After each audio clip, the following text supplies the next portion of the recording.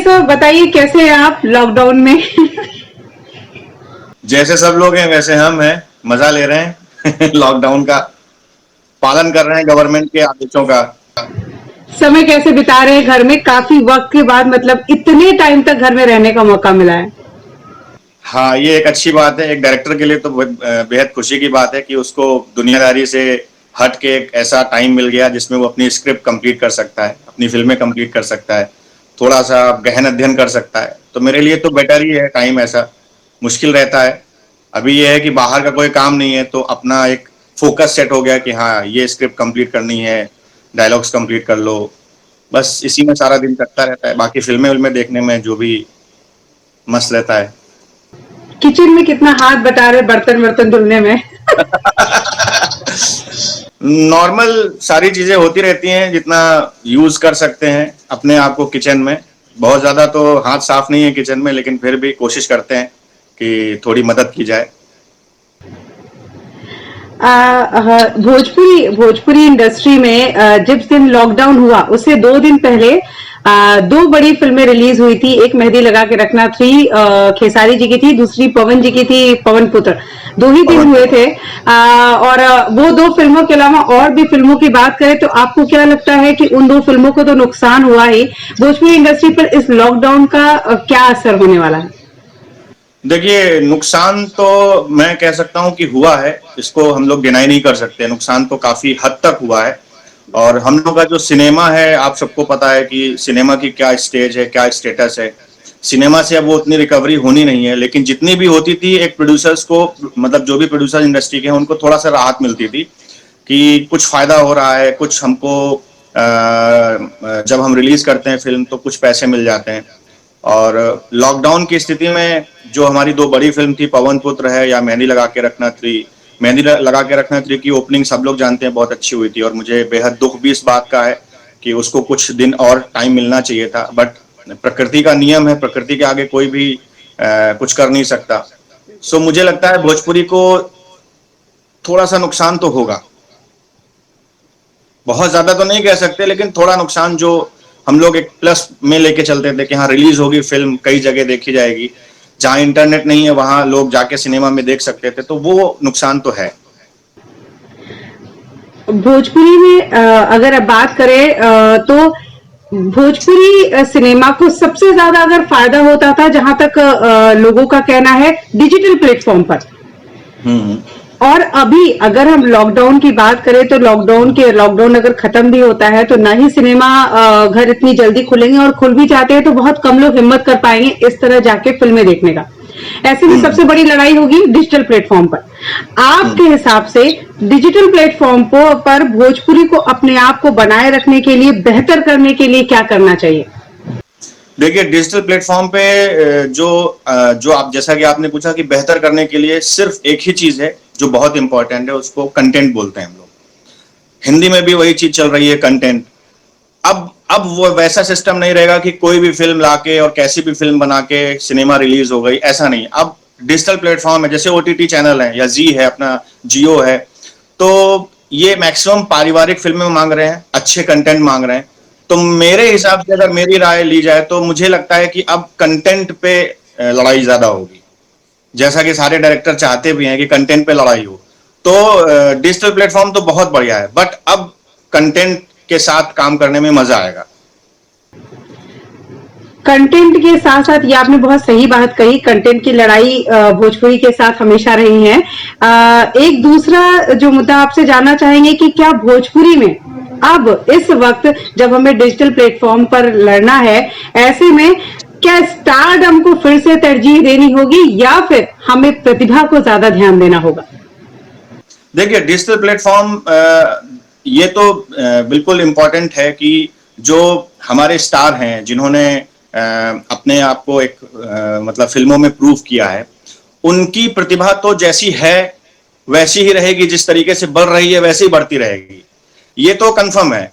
अब खेसारी जी की जो रॉब है, जो पवन जी का रॉब है, जो जिसका है वो वैसा ही रहेगा, जिसका बढ़ रहा था वैसे बढ़ेगा। एक प्लस पॉइंट आ जाएगा कि जो नए कलाकार हैं उनकी प्रतिभा अब सामने आने का एक अच्छा प्लेटफॉर्म मिलेगा। क्योंकि देखिए डिजिटल प्लेटफॉर्म में क्या होता है कि जो हमारे डिस्ट्रीब्यूटर्स होते हैं उनकी नहीं चलने वाली है। जो सिनेमा में था रिलीज होने में प्रॉब्लम्स हो रही हैं, छोटे कलाकार को मौका नहीं मिल रहा है, वो लोग लेते नहीं है, इसमें गलती किसी की नहीं है, डिस्ट्रीब्यूटर्स जो हैं वो अपना प्रॉफिट देखते हैं। बट डिजिटल प्लेटफॉर्म में ऐसा कुछ नहीं है। डिजिटल प्लेटफॉर्म में जो जिसकी खूबी है वो तो एज इट इज रहेगा, बट मेरे हिसाब से कुछ नए कलाकार जो हैं, जो प्रतिभा नई है, उनको मौका मिलने का एक अच्छा ऑप्शन आएगा डिजिटल प्लेटफॉर्म पे। आपने भोजपुरी के सुपर डुपर स्टार्स के साथ काम किया है। ऐसे में डिजिटल प्लेटफॉर्म पे वो भोजपुरी के स्टार्स उनका जो वो जो पैसे लेते हैं, वो जो अपना मेहनताना लेते हैं, क्या उसके दम पे उतने पैसे देने पर डिजिटल प्लेटफॉर्म पे लड़ा जा सकता है?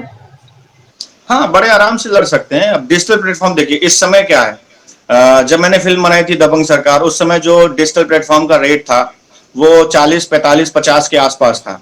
अभी वो करोड़ तक पहुंच गया है। तो जिस हिसाब से चीजें बढ़ रही हैं, डिजिटल प्लेटफॉर्म आज करोड़ रुपए तक मिल रहा है। खेसारी जी की फिल्म करोड़ से ऊपर पार कर रही है। तो मुझे नहीं लगता इसमें कोई भी ऐसी माइनस पॉइंट आएगा। डिजिटल प्लेटफॉर्म में अच्छा मिल रहा है।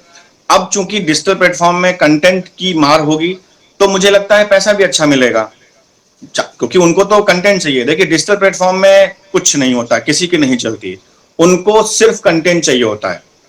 अगर अच्छा कंटेंट है तो अच्छे पैसे देते हैं, खराब कंटेंट है तो खराब पैसे देते हैं। तो सुपरस्टार की अगर कोई फिल्म है उसको भी अच्छे पैसे मिलेंगे। अगर नॉर्मल किसी एक एक्टर की, नए एक्टर की कोई फिल्म है तो उसको उसके लागत के हिसाब से अच्छे पैसे मिलेंगे। तो मुझे नहीं लगता इसमें कोई भी कमी आएगी। देखिए 19-20 तो होगा। उसका कारण क्या है, जब हमारा सिनेमा चल रहा था तो 19-20 का ही प्रॉफिट होता था उससे, तो उतना 19-20 तो होगा। अब ये डायरेक्टर और प्रोड्यूसर्स को ध्यान में रखना पड़ेगा कि उसी 19-20 के जो माइनस में है अपनी फिल्मों का निर्माण करना पड़ेगा। बट कंटेंट जरूरी है, क्योंकि डिजिटल प्लेटफॉर्म पे एक चीज है, क्यूसी नाम की एक चीज होती है जिसको बोलते हैं क्वालिटी चेक। ठीक है, तो जितने भी बड़े प्लेटफॉर्म है, छोटे प्लेटफॉर्म की बात नहीं कर रहा हूं, जितने भी बड़े प्लेटफॉर्म है उसमें क्वालिटी चेक होगी, और क्वालिटी चेक होने के बाद ही पैसा डिसाइड होगा। ये सब कॉर्पोरेट कल्चर है। वहां मार्केटिंग के लोग बैठे हुए हैं, क्रिएटिव लोग बैठे हुए हैं, वो ऐसे ही किसी को कुछ भी फिल्म ला के उठा के डाल नहीं सकते हैं। जी अब शुरू करिए, मैंने सॉरी बीच में टोक दिया था। नहीं कोई बात नहीं। भोजपुरी फिल्मों की से शुरुआत जब हुई थी बहुत अच्छी थी फिल्में, मतलब हर कोई, हिंदी के तबके के लोग भी देखते थे उस फिल्म को। ससुरा बड़ा पैसे वाला आई, वो भी अच्छी थी। उसके बाद इस परिस्थिति को चलते हुए धीरे धीरे ये फिल्में अश्लीलता की तरफ बढ़ गई। इससे भी आप एग्री करते हैं? क्यों करना पड़ा ये? डिमांड। उसका कारण क्या था कि एक फेज ऐसा आया था जहां पर कुछ भी डाल रहे थे, कुछ भी लोग बना रहे थे, उसका कुछ प्रॉफिट नहीं मिल रहा था। दोयम दर्जे का व्यवहार होना शुरू हो गया था भोजपुरी के साथ। तो कॉमर्शियल प्रोस्पेक्टस से उन्होंने क्या किया कि एक अपना कंटेंट बनाना शुरू किया। अब 1 डाला, 2 डाला, 3 डाला, लोगों ने पसंद किया, उनका कॉर्पोरेट सेल बढ़ गया। जब सेल, देखिए प्रोड्यूसर्स की कोई गलती नहीं होती है, जब डिमांड बढ़ती है किसी भी चीज की, रिक्वायरमेंट बढ़ती है, डिमांड बढ़ती है, तो उसका प्रोडक्शन शुरू हो जाता है, वो कुछ भी हो जाए। अभी देखिए सिंपल सा एक एग्जांपल देता हूं, लॉकडाउन हुआ है कोरोना की वजह से। इस समय डिमांड किस चीज की है? मास्क की। तो प्रोडक्शन किसका बढ़ा? मास्क का बढ़ा। नॉर्मल डेज में प्रोडक्शन किसका? मास्क का इतना नहीं होता था, अभी होने लगा।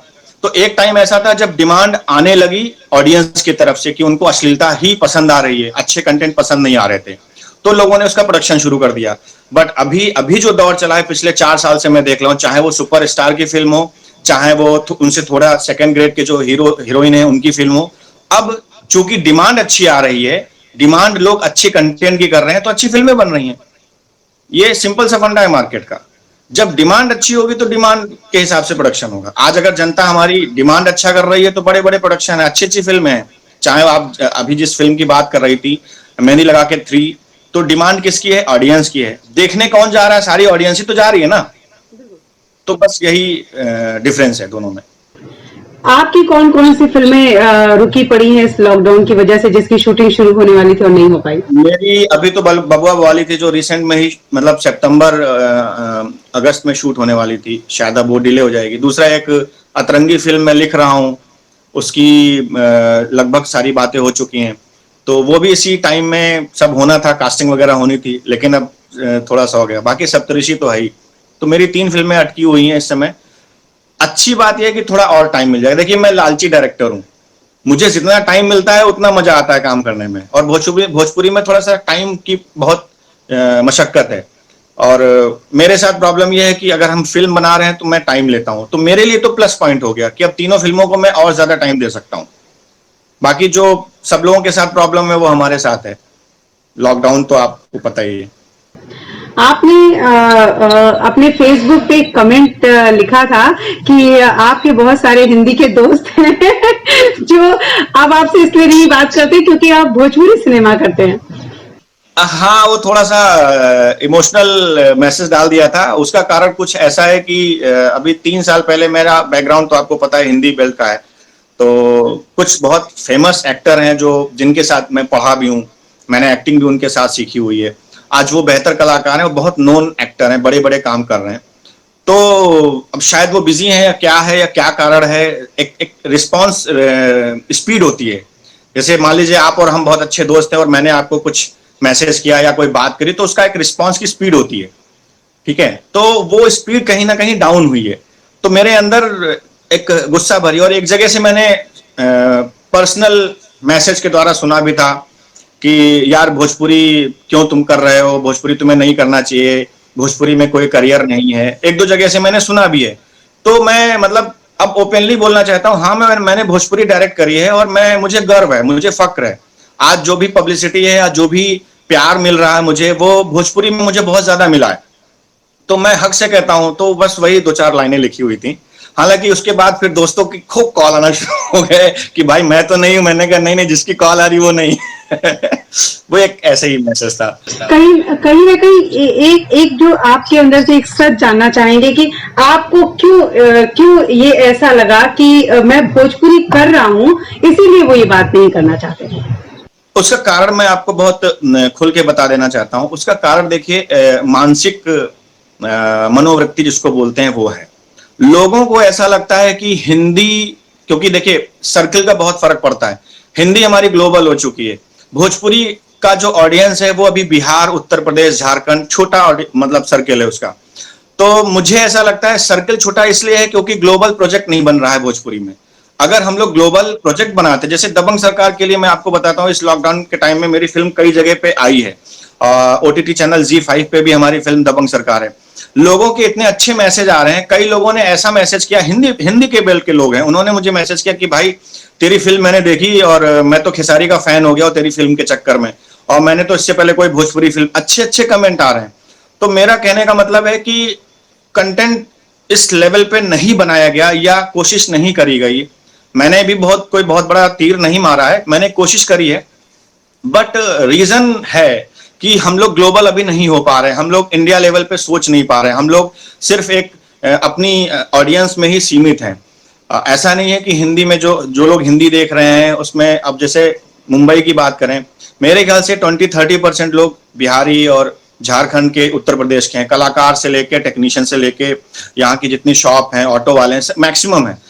बट कंटेंट इंपॉर्टेंट है।